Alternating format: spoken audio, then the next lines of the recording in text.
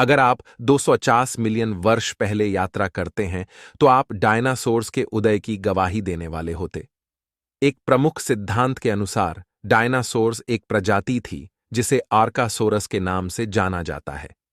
ये पुनः पर्मियन काल के दौरान प्रकट होने वाले प्रमुख सरीसृप थे।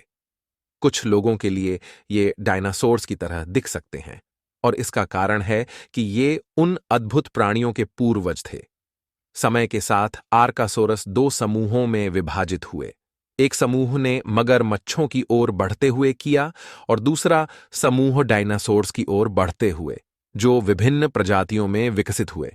उन्होंने अपनी दो पैरों पर चलने की क्षमता को विकसित किया, जिससे उनके सामने के पैर खाना पकड़ने और खुद को बचाने जैसे अन्य उपयोगों के लिए मुक्त हो गए। और यह उनकी प्रारंभिक उनके विकास की यात्रा की शुरुआत है। चलिए हम 250 मिलियन वर्ष पहले चले जाते हैं और डायनासोर्स के इतिहास को 10 मिनट में देखें। त्रायसिक काल। जब आप इस नए युग में प्रवेश करेंगे तो आप देखेंगे कि दौड़ते हुए डायनासोर्स उनसे काफी अलग दिखते हैं, जो आपको सामान्यतः दिखाई देते हैं। आर्कासोरस से उत्पन्न होने वाले सबसे पहले डायनासोर्सों में से एक था यूरैप्टर। यह छोटा सा, यह शायद एक कुत्ते के आकार का था, मात्र 1 मीटर ऊंचा और लगभग 10 किलोग्राम का था। हम सामान्यतः डायनासोर्स को इन विशाल प्राणियों के रूप में सोचते हैं, लेकिन इससे कुछ मिलियन वर्ष और लगेंगे जब यह होने लगेगा। हम समय के साथ यह देखेंगे कि डायनासोर्स कैसे आकार में बढ़ रहे हैं, लेकिन अब तक आइए देखें कि पृथ्वी में क्या हो रहा है। ट्रायसिक काल के दौरान सुपरकॉन्टिनेंट पैंगिया टुकड़े होने लगता है, जिससे वैश्विक जलवायु और पारिस्थितिकियों में धीरे धीरे परिवर्तन होता है। जलवायु सामान्यतः गर्म और सूखा होता था और कोई ध्रुवीय बर्फीले टोपी नहीं थे, जो आप मॉडर्न डे पृथ्वी में सामान्यतः देखते हैं का एक खड़ा विरोध बनाता है। वनस्पति भी बहुत विभिन्न थी और डायनासोर्स के जीवन और विकास के लिए महत्वपूर्ण थी। पौधों की भी विभिन्न विशेषताएं थीं। कुछ कठिन, कुछ पोषण समृद्ध और कुछ संभावित रूप से विषैले थे। इनमें से प्रत्येक एक विभिन्न डायनासोर्स प्रजातियों की आहारिक और अनुकूल रणनीतियों पर प्रभाव डालेगा। इसके बारे में और क्या है? इस समय कुछ अन्य डायनासोर्स क्या कर रहे हैं? लगभग 23 किग्रा और 1 मीटर ऊंचे हमारे पास सियोलोफाइसिस है। यह यूरैप्टर से थोड़ा बड़ा था, लेकिन इसे छोटे प्राणियों पर हमला करने वाला एक तेज और कुशल प्रेडेटर नहीं बनाया गया था। फिर हेरारासोरस था, लगभग 1.1 मीटर ऊंचा, लेकिन यह लगभग 350 किग्रा का था। फिर हमारे पास प्लेटियोसोरस है। अब यह आदमी मुझसे बहुत बड़ा है। यह लगभग 3 मीटर ऊंचा खड़ा हुआ और यह 4000 किग्रा तक का वजन था। ये डायनासोर्स कितने बड़े हो सकते हैं, इसके सबसे पहले उदाहरणों में से एक था, लेकिन इससे भी बड़ा होने के लिए इंतजार करें। इसके बावजूद कि उनकी प्रभावशाली रूपें थीं, त्रायसिक काल में डायनासोर्स प्रमुख प्राणियों नहीं थे। उन्हें अनेक अन्य जीवों के साथ उनके पर्यावरणों को साझा करना पड़ा, जो सभी विविध पारिस्थितिकियों में जीवन के लिए प्रतिस्पर्धा कर रहे थे। यह स्थिति तब तक थी जब त्रायसिक काल एक महत्वपूर्ण प्रस्तावना का सामर्थ्य करेगा। यह संभावना है कि इसे बड़े ज्वालामुखी गतिविधि, जलवायु परिवर्तन और संभावना से होने वाले कुछ छोटे एस्टेरॉयड प्रभावों का कारण था। इससे पृथ्वी पर जीवन पर काफी प्रभाव होगा और अनेक प्रजातियों की नष्टि होगी। लेकिन यह सब बुरा नहीं था, खासकर हमारे डायनासोर्स के लिए। इस क्षण ने इन प्रजातियों को नए अवसर प्रदान करने के लिए मंच पर रखा, जिससे उन्हें पृथ्वी पर साम्राज्यिक बनाया जाएगा। जुरासिक काल। अब डायनासोर्स सिर्फ जीवित नहीं, बल्कि यहां उन्हें समृद्धि मिलती है। लाखों वर्षों के दौरान विभिन्न प्रजातियां विकसित हो रही हैं और डायनासोर्स अब पृथ्वी के शासक हैं। वे महाद्वीपों में फैल गए, फलित वन्य और शुष्क मरुस्थलों को शासन कर रहे हैं। इन क्षेत्रों को कब्जा करने वाले कुछ विशाल डायनासोर्स थे, जिनसे आप शायद अधिक परिचित होंगे। हमारे पास स्टेगोसॉरस, ब्राकियोसॉरस और अल्लोसॉरस हैं। ये पृथ्वी पर चलने वाले सबसे बड़े प्राणियों में से कुछ थे, लेकिन आप तेजी से नोट करेंगे कि इस युग में घूम रहे थे सिर्फ ये बड़े जीवों ही नहीं थे। इस काल में थेरोपॉड्स की विकास भी देखा गया। ये छोटे डायनासोर्स थे जिनमें थोड़ी बहुरूपियां थीं। सबसे प्रसिद्ध में से एक था आर्कियोप्टेरिक्स। इसकी तरह एक डायनासोर और एक पक्षी के बीच का मिश्रण था, जिसमें पंख थे, लेकिन दांत और पूंछ भी थे। आर्कियोप्टेरिक्स पक्षियों और डायनासोर्स के बीच एक महत्वपूर्ण कड़ी थी। यदि आप लगभग 100 मिलियन वर्ष और प्रतीक्षा करते हैं तो वे आज के पक्षियों में विकसित हो जाएंगे। 56 मिलियन वर्षों के बाद जुरासिक काल खत्म होता है। इसके बाद एक और महत्वपूर्ण प्रस्तावना होती है। यह भाग्यशाली रूप से यह एक छोटी है।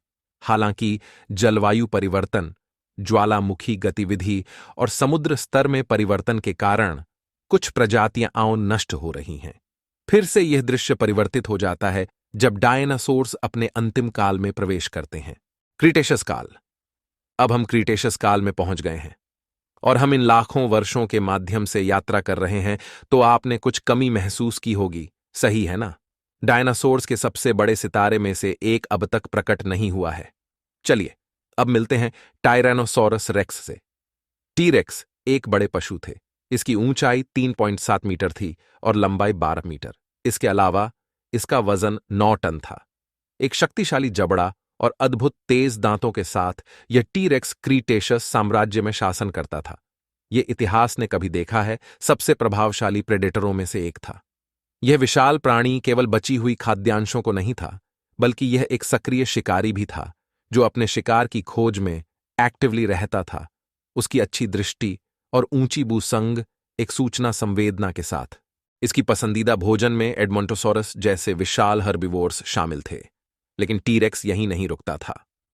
यह खतरनाक प्रतिद्वंद्वियों का सामना करेगा, जैसे कि ट्राइसेराटॉप्स, और यदि अवसर उत्पन्न होता है तो दूसरे छोटे थेरोपॉड्स के साथ भी, जिनमें 12 इंच लंबे दांतों से भरे जबड़े और उसकी मजबूत अंग थे, जिससे इसे 40 किलोमीटर प्रति घंटा की गति से दौड़ने की अनुमति थी।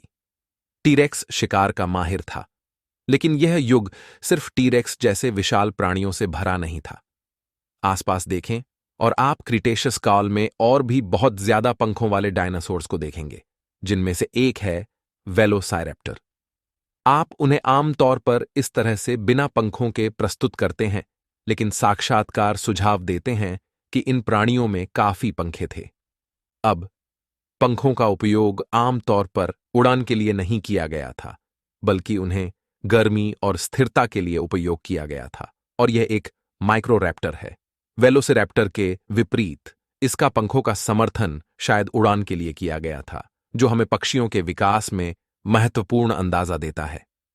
ठीक है, जैसा कि मैंने पहले कहा था, पैंगिया टुकड़े हो रहा था और हमें आज द्वीपों में बदल रहा था, लेकिन इसके कारण कुछ डायनासोर्स को प्रवास करने और विश्व के विभिन्न क्षेत्रों में बांटने के लिए मजबूर किया गया। दी कैटाक्लिज्मिक इवेंट। जैसे कि आप लाखों वर्षों से डायनासोर्स के साथ वक्त बिता रहे हैं, एक एस्ट्रॉयड धीरे धीरे पृथ्वी की ओर बढ़ रहा है। फिर अचानक यह टकराता है, एक विशाल क्रेटर बनाता है जिसका व्यास 50 किलोमीटर चौड़ा और 20 किलोमीटर गहरा है। स्वाभाविक रूप से कुछ इस कदर बड़ा एक विशाल प्रभाव पृथ्वी पर होता है जो इसे हमेशा के लिए बदल देगा। एस्ट्रॉयड का टकराव भारी है, लेकिन इसका प्रभाव पहले के टकराव के बाद भी बहुत देर तक महसूस होता है। पर्यावरण में बड़े परिवर्तन होते हैं, तापमान में कमी होना शुरू हो जाता है और टकराव से उत्पन्न कचरे से सूरज की किरणें बंद होने लगती हैं। इसका असर सिर्फ डायनासोर्स के स्वास्थ्य पर ही नहीं होता, बल्कि उनके खाद्य आपूर्ति पर भी होता है। यह भयानक घटना पृथ्वी की प्रजातियों का 75% को मिटा देती है, जिनमें से कई वे डायनासोर्स हैं जिन्हें हम पूरे समय देख रहे थे। लेकिन चिंता न करें, सभी डायनासोर्स विनाश नहीं हो गए। हमने पहले देखे गए उड़ान आधारित डायनासोर्स एस्टेरॉयड स्ट्राइक को सहन करने में सफल रहे, अंत में उड़ान के रूप में विकसित हो गए। आफ्टरमैथ। परिणाम। अब जब अधिकांश डायनासोर्स बहुतवान हो गए हैं, इसने स्तनधारियों को विविधता बढ़ाने और उनके प्रभाव को विस्तारित करने का रास्ता साफ कर दिया है। कम प्रतिस्पर्धा के साथ प्रारंभिक स्तनधारिता अब समृद्धि कर सकती है और जागरूक हो सकती है, जिससे समय के साथ ही मानवों को विकसित होने की अनुमति मिली, जिससे हम आज को जानते हैं। डायनासोर्स और भी 145 मिलियन वर्षों तक विकसित होते रहे, लेकिन हमें उनके बारे में और भी बहुत कुछ सीखना है। जैसे कि क्या आप जानते हैं कि सभी डायनासोर्स ठंडे रक्तवाही नहीं थे? उनमें से कुछ गर्म रक्तवाही हो सकते थे, या शायद दोनों हो सकते थे।